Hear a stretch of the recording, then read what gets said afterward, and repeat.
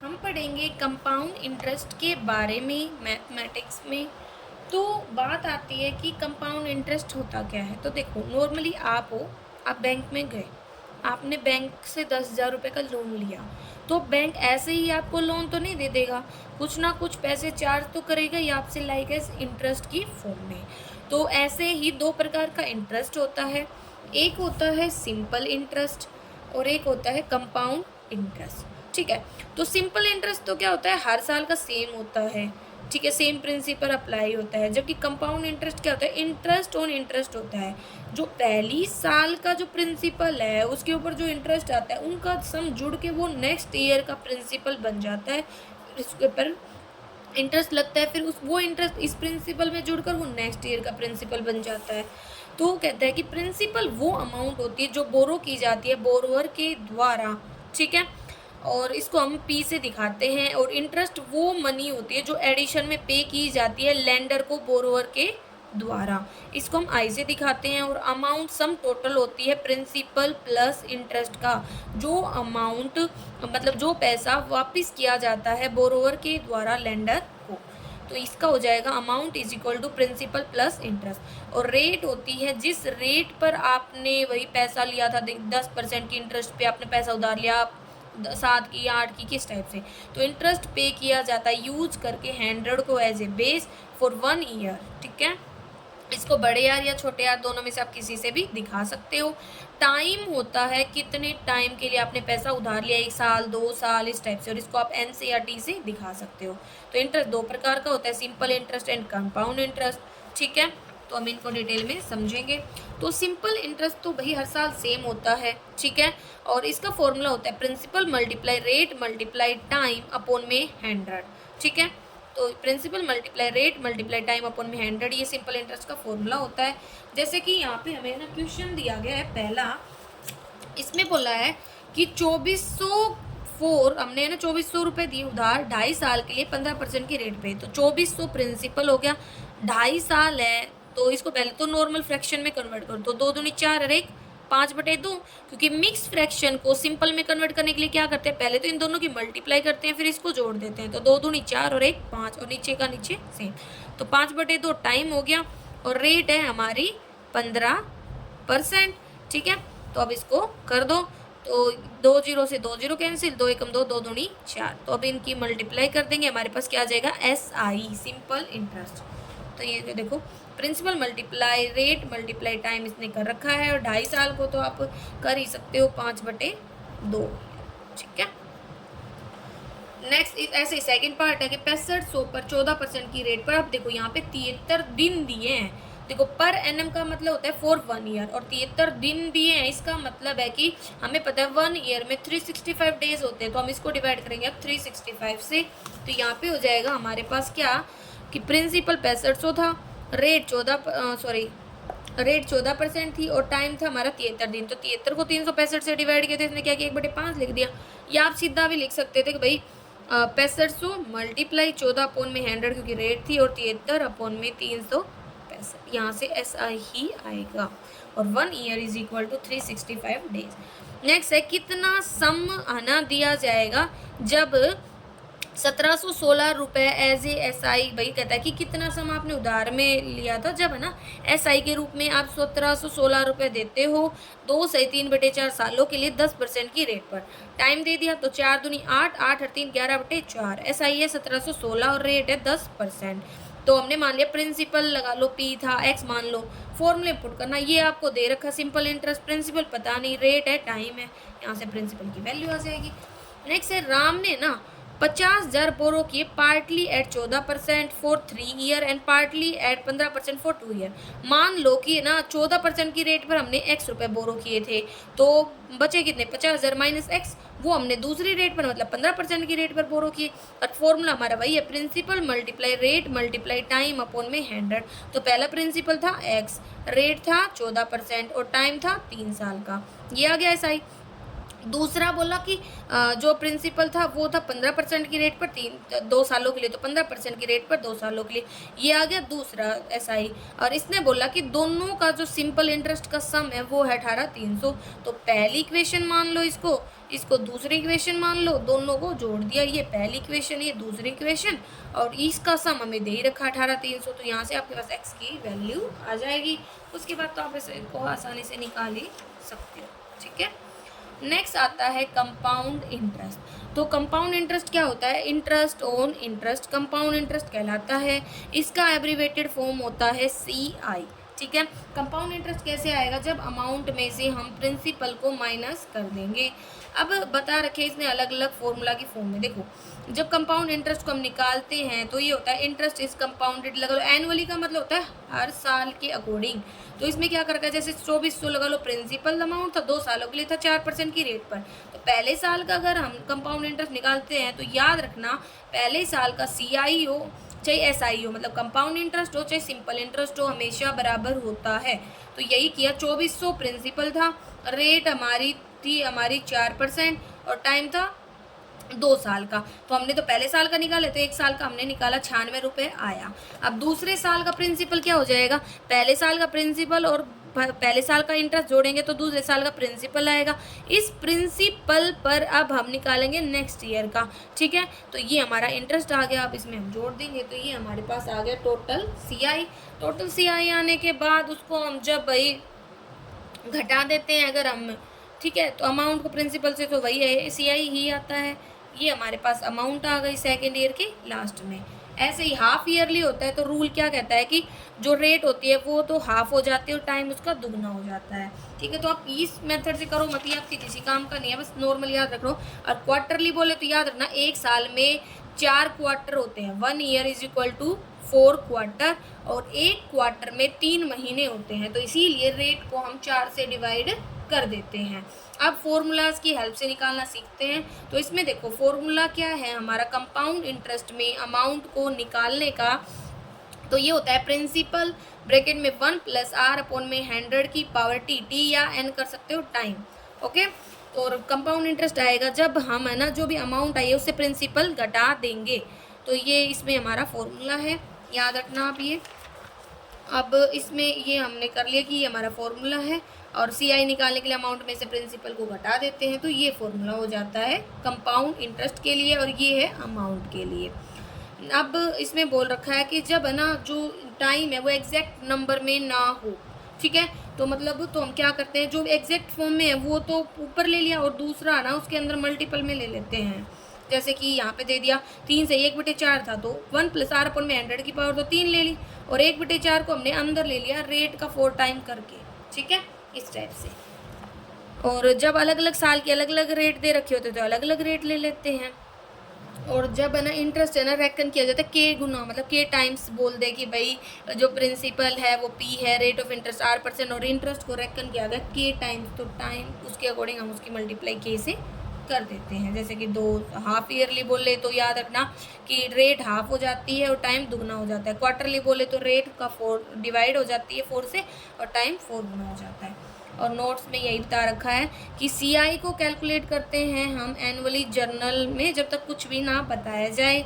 और जो interest payable होता है हाफ ईयरली उसमें क्या होता है, टाइम 2 से मल्टीप्लाई होता है, रेट 2 से डिवाइड। क्वार्टरली में टाइम 4 से मल्टीप्लाई होता है और रेट 4 से डिवाइड। और कंपाउंड इंटरेस्ट हमेशा सिंपल इंटरेस्ट से ज़्यादा होता है और पहले साल का कंपाउंड इंटरेस्ट और सिंपल इंटरेस्ट बराबर होता है। तो इसमें हमारे पास सोल्व एग्जाम्पल है, मैं ज़्यादा सोल्व नहीं करूँगी, नॉर्मल आपको एक्सप्लेनेशन दूंगी। तो इसमें बोला पहला, find the compound interest on 8,000 for 4 year at 10% per annum. Formula हमें पड़ा है प्रिंसिपल ब्रैकेट में 1 प्लस में R/100 की पावर T। प्रिंसिपल है 8,000, रेट है 10%, टाइम है 4 ईयर। आसानी से आप इसको निकाल सकते हो।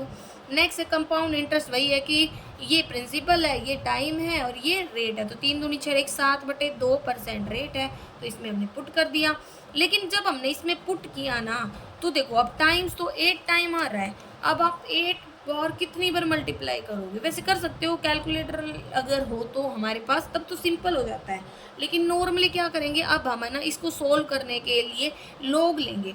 तो जब हमने दोनों साइड लोग लिया तो लोग इधर भी आ गए, लोग ऑफ ए और लोग दिस। तो याद रखना लोग एम एन जब मल्टीपल में आ जाता है तो वो हो जाता है लोग ऑफ एम प्लस लोग ऑफ एन। तो यही हुआ लोग ऑफ 78 65, ठीक है, और लोग ऑफ दिस। अब ये क्या होता है, ये बाद में सोल्व होगा।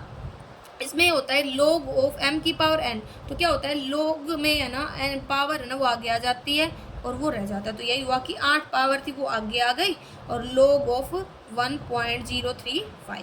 अब इनका log हम देखना सीखते हैं। तो पहले हमारे पास 78 65, तो 78 का log हमें देखना है।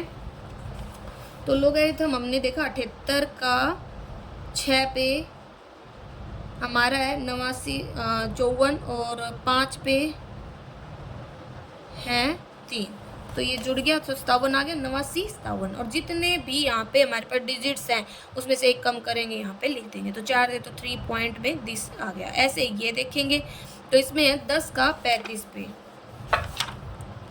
10 का 35 मतलब 10 का 3 पे और 3 का 5 पे, तो ये जुड़ जाएगा। तो 128 में है ना हम 21 जोड़ देंगे तो ये हमारे पास आ गया 149 149। और देखो भाई पॉइंट से पहले एक ही था तो उसमें से एक घटा दोगे तो 0 आ जाएगा, तो 0.0149।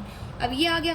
अब लोग को ख़त्म करने के लिए क्या किया जाता है, एंटी लोग लिया जाता है। तो लोग ऑफ लोग ए, तो यहाँ पे क्या आ जाएगा, सिर्फ ए आ जाएगा। तो एंटी लोग लेंगे अब इसका, तो एंटी लोग की अलग टेबल होती है ये वाली। तो हमें एंटी लोग लेना है, 0 पॉइंट के बाद का लिया जाता है 0.0149।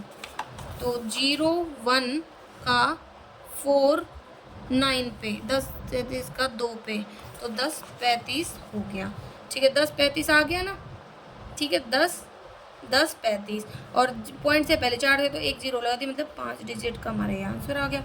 अब प्रिंसिपल को अमाउंट से घटाएंगे तो आंसर आ जाएगा। अब यहाँ पे कंपाउंड इंटरेस्ट प्रिंसिपल दे रखा, रेट दे रखी, अब टाइम है तो इसमें वही वाला फॉर्मूला लगेगा। भाई देखो 2 से 1/3 टाइम है तो 2 तो पूरा ले लिया इसके रिस्पेक्ट में और 1/3 अंदर मल्टीपल में चला गया फॉर्मूला के, ठीक है। देन इसको सोल्व कर देंगे। एक मैन है वो डिपॉजिट करता है 5000 बैंक में 3 सालों के लिए। अगर उसे कंपाउंड इंटरेस्ट मिलता है 4% पहली साल, 3% दूसरी साल, 2% तीसरी साल, तो अमाउंट कितनी मिली उसे 3 साल के अंत में। तो अलग अलग रेट ले लेना, पहली साल का, दूसरी साल का, तीसरी साल का, आपका आंसर आ जाएगा। नेक्स्ट है रेखा ना एक रेफ्रिजरेटर लेके आती है 9200 रुपये में, जो रेट ऑफ इंटरेस्ट है पहले साल की 5%, दूसरे साल की 15% है। तो कहता है कि कितनी कॉस्ट पड़ेगी अगर वो 2 साल बाद पैसे देती है। तो इसमें वही है, अमाउंट जुड़ जाएगी मतलब इंटरेस्ट के साथ। तो प्रिंसिपल वही है 1 + r में 100 पहली रेट दूसरी रेट, तो यहाँ से हमारे पास आ गई टोटल अमाउंट और बता देंगे। नेक्स्ट है जब है ना अमाउंट और कंपाउंड इंटरेस्ट को हम हाफ ईयरली, क्वार्टरली या मंथली बेसिस पे निकालें, तो इस केस में क्या होगा कि जो टाइम होता है हाफ ईयरली में वो तो दुगना हो जाता। देखो यहाँ पे प्रिंसिपल दे रखा है 3200 और कह रखा है कि 2.5 साल का निकालना है, तो 2 दूनी 4 और 1 5/2, तो डबल करोगे अगर इसका, क्योंकि हाफ ईयरली है तो 5 साल 5 हाफ ईयर आ गए। और रेट हमारी 10% थी तो लेकिन रेट का क्या हो जाएगा, हाफ हो जाएगा, तो 10/2, तो 5% हमारी हाफ ईयरली की रेट आ गई। अब कंपाउंड इंटरेस्ट निकालना है तो फॉर्मूला है ही प्रिंसिपल ब्रैकेट में 1 + r में 100 की पावर t। अब यहाँ पे भी देखो इंटरेस्ट निकालना है, 2400 प्रिंसिपल है 8% की रेट पर और 2 सालों के लिए। अगर उसको हम क्वार्टरली करें, क्वार्टरली में क्या हो जाएगा, रेट का तो 4 से डिवाइड कर देंगे और जो टाइम है उसका 4 से मल्टीप्लाई कर देंगे, तो 8 क्वार्टर आ गया इसका। और अगर मंथली की बोलेगा तो इसमें देखो ये फिर से पावर ज़्यादा आई है ना, तो वही लोग लेंगे देन उसको सोल्व करेंगे। और मैंने ये बताया पावर होती है तो आगे आ जाती है।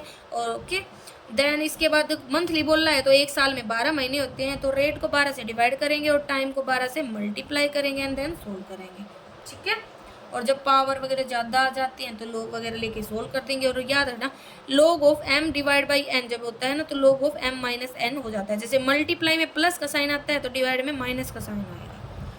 अबे राहुल डिपॉजिट करता है 20,000 बैंक में 2 सालों के लिए 14% की रेट पर कंपाउंडेड क्वार्टरली, तो टाइम की 4 से मल्टीप्लाई और रेट की 4 से डिवाइड हो जाएगी, ठीक है। तो इसमें यही किया है। ठीक है, अब इसको सोल्व कर देंगे। और फिर पावर ज़्यादा हो रही है तो लोग वगैरह लेके सोल्व कर रखा है इसको। नेक्स्ट है find the difference between compound interest on 8,000 पे कंपाउंड इंटरेस्ट निकालना है 1.5 साल के लिए 10% की रेट पर जब compounded annually and semi annually करेंगे। तो यहाँ पे प्रिंसिपल है, रेट है, टाइम है, ठीक है। तो अमाउंट हमें निकालनी है, हम इसको कर देंगे। एनुअली है तो सिंपल ही है, लेकिन सेमी एनुअली मतलब हाफ ईयरली करेंगे तो वही है, रेट टाइम का डबल हो जाएगा और रेट का हाफ हो जाएगा, ठीक है।